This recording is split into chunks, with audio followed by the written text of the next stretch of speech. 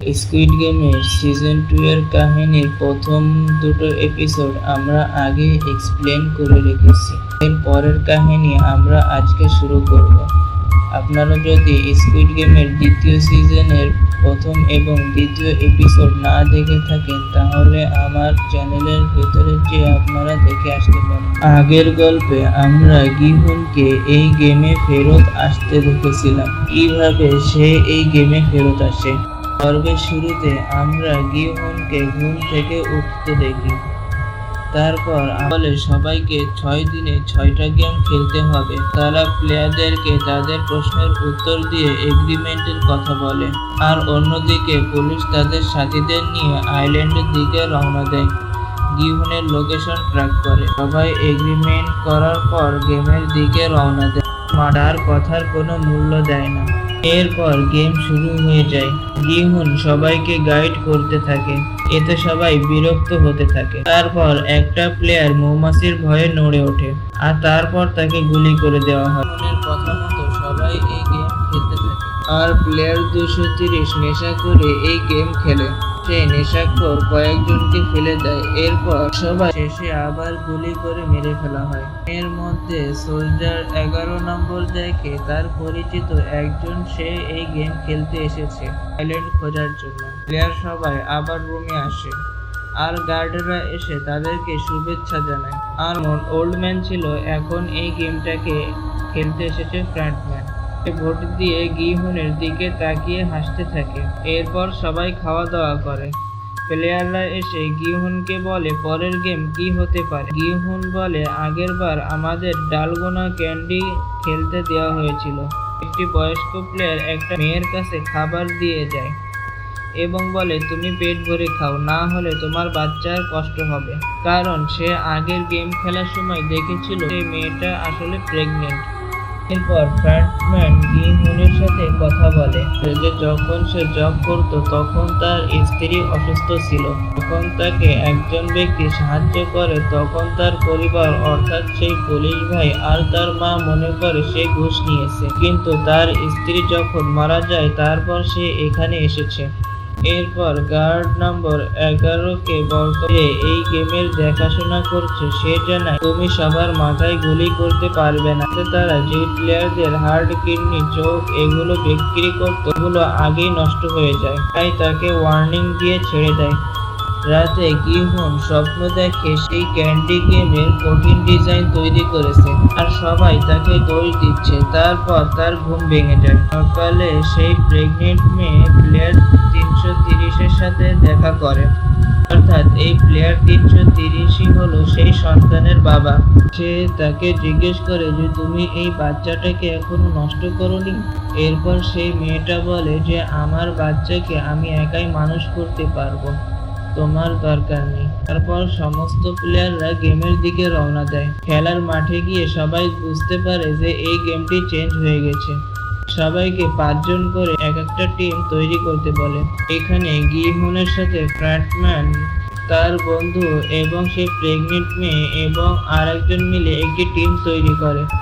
আর অন্যদিকে সেই বয়স্ক মহিলা এবং তার ছেলে এবং প্লেয়ার 230 আরেকটা টিম তৈরি করে। এই গেমের নাম দেওয়া হয় 6 লেগস গেম। এখানে 5টা প্লেয়ারকে 5 ধরনের গেম খেলতে হবে।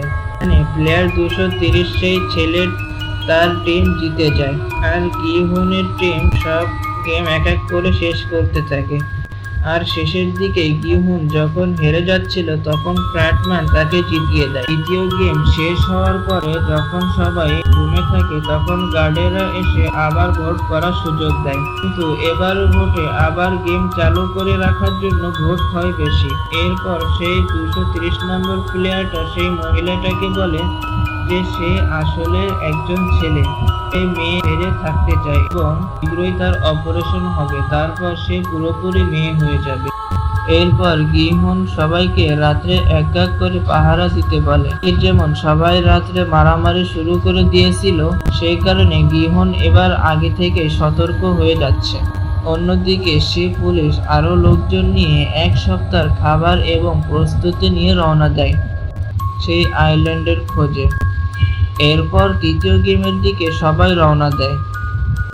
এর পরের গেমের নাম হলো মিঙ্গেল। এখানে সবাইকে এক জায়গায় দাঁড়িয়ে থাকতে হবে এবং তারা যেই নাম্বারটিকে বলবে 30 সেকেন্ডের মধ্যে সেই কয়জনকে একটা রুমের মধ্যে যেতে হবে, আর যারা যারা বাইরে থাকবে তাদেরকে মেরে ফেলা হবে। গেম শুরু হয় এবং প্রথমে 10 জনকে যেতে বলা হয়। গিহনের টিম এবং সেই বয়স্ক মহিলাদের টিম এক রুমে চলে যায় এবং বাইরে যারা যারা থাকে তাদেরকে মেরে ফেলা হয়।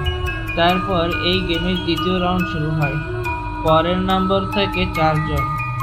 এবার ফ্রন্টম্যান গিহুনদেরকে বাঁচিয়ে দেয়। এর নাম্বার থাকে 3 জন। তারপর 6 জন, কিন্তু এই রাউন্ডে সেই ছেলেটার বান্ধবী মারা যায় এবং এই গেমের ফাইনাল রাউন্ডে যখন গিহুনের বন্ধু জিজ্ঞেস করে যে এইবার কি নাম্বার হতে পারে, তখন ফ্রন্টম্যান বলে এবার নাম্বার 2 হবে, কারণ তারা এখানে মোট 126 জন প্লেয়ার বেঁচে আছে আর এইখানে রুম আছে 50টা, যার কারণে এখানে মোট 100 জন বেঁচে যাবে আর বাকি 26 জন মারা যাবে। এবং ফ্রন্টম্যানের কথা মতো তাই হয়। ফ্রন্টম্যান গিহুনের বন্ধুর জন্য একজনকে মেরে ফেলে এবং তাই দেখে সে অনেক ভয়ও পেয়ে যায়। কিন্তু ফ্রন্টম্যান এমন কেন করছে? সে আসলে গিহুন এবং তার বন্ধু তার টিমদেরকে কেন বাঁচাচ্ছে?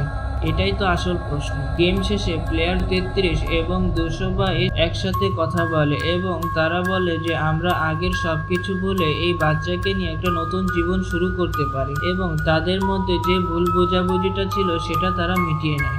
আর অন্যদিকে সে পুলিশ আইল্যান্ডে এর দরজা দেখতে পায়, কিন্তু সেটা আসলে তাদের জন্য একটা ফাঁদ। এখানে বম রাখা ছিল এবং তাদের একজন এখানে মারা যায়।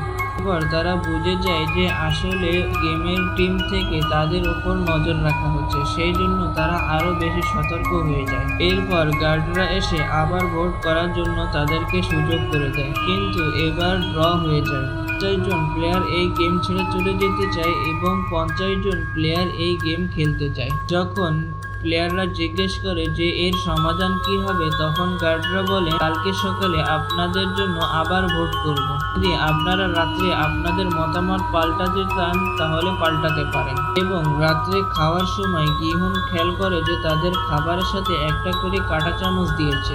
এই কাঁটা চামচটা দেওয়া হয়েছে কিসের জন্য সেটা গিহুন দেখেই বুঝতে পারে। বাথরুমে ও প্লেয়ার এবং এক্স প্লেয়ারদের মধ্যে মারামারি শুরু হয়ে যায়। এখানে সেই কাঁটা চামচ দিয়ে তারা মারামারি শুরু করে এবং অনেকেই সেখানে মারা যায়। এবং রুমের সবাই যখন জানতে পারে তখন তারা রাত্রে হামলা করার পরিকল্পনা করে। অন্যদিকে বোর্ডে রাত্রে একজনের বমি চলে আসে এবং সে বাইরে এসে যখন বমি করতে যায় তখন দেখে সেই বোর্ডের ক্যাপ্টেন তাদের ড্রোন নিয়ে কিছু একটা করছে। সে যতক্ষণে বুঝে যায় ততক্ষণে সেই ক্যাপ্টেন তাকে মেরে পানিতে ফেলে দেয়।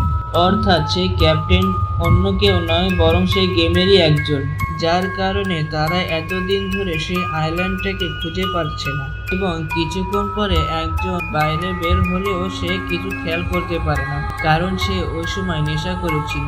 এদিকে গিহুন প্ল্যান করে যে তারা গার্ডদের ওপর হামলা করবে তাদেরই বন্দুক নিয়ে।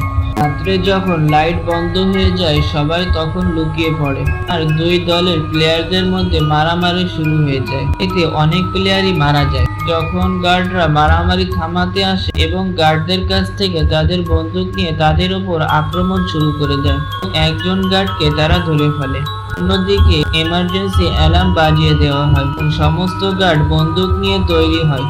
এদিকে গিহুন রওনা দেয়। ফ্রন্টম্যানও তাদের সাথে থাকে।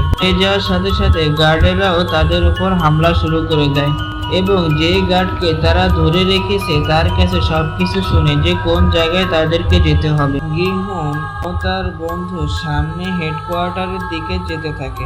এদিকে গিহুনের গুলি শেষ হয়ে যায়, সেজন্য তাদের মধ্যে একজনকে গুলি আনতে পাঠায়, কিন্তু সে গুলি নিয়ে আর ফেরত যায় না। তখন ফ্রন্টম্যানকে সাহায্যের জন্য পিছনের রাস্তা দিয়ে যেতে বলে, কিন্তু ফ্রন্টম্যান তখন বাকিদেরকে মেরে ফেলে এবং সেই ছেলে রুমে আসে গুলি নিতে, কিন্তু ততক্ষণে গার্ডরা রুমে চলে আসে এবং সেই বয়স্ক মহিলা তাকে আটকায় এবং বাকি প্লেয়ারদেরকে মেরে ফেলা হয়। তখন আর তার বন্ধু যখন সারেন্ডার করে তখন ফ্রন্টম্যান মাস্ক পরে তাদের সামনে আসে। ফ্রন্টম্যান বলে যে তুমি কি করেছো এখনো পর্যন্ত তুমি বুঝতে পারোনি, কিন্তু তখন বুঝতে পারবে। এই বলে তার বন্ধুকে তার সামনে মেরে ফেলে আর গিহনকে আটকে ফেলে। এখানে দ্বিতীয় সিজনের গল্প শেষ হয়ে যায়। আসলে এখানে ফ্ল্যাটম্যানের আসল উদ্দেশ্য ছিল গিহনকে মানসিকভাবে ভেঙে ফেলা, তার কারণে সে এতক্ষণ ধরে তাদেরকে সাহায্য করছিল। এর পরের গল্প আরো কষ্টকর হবে, কারণ এর পরের গল্পে আমরা সমস্ত প্লেয়ারদেরকে এক এক করে মরে যেতে দেখব। শীঘ্রই এর পরের গল্প আমি এক্সপ্লেন করব। আশা করছি আমার এই গল্পটি ভালো লেগেছে।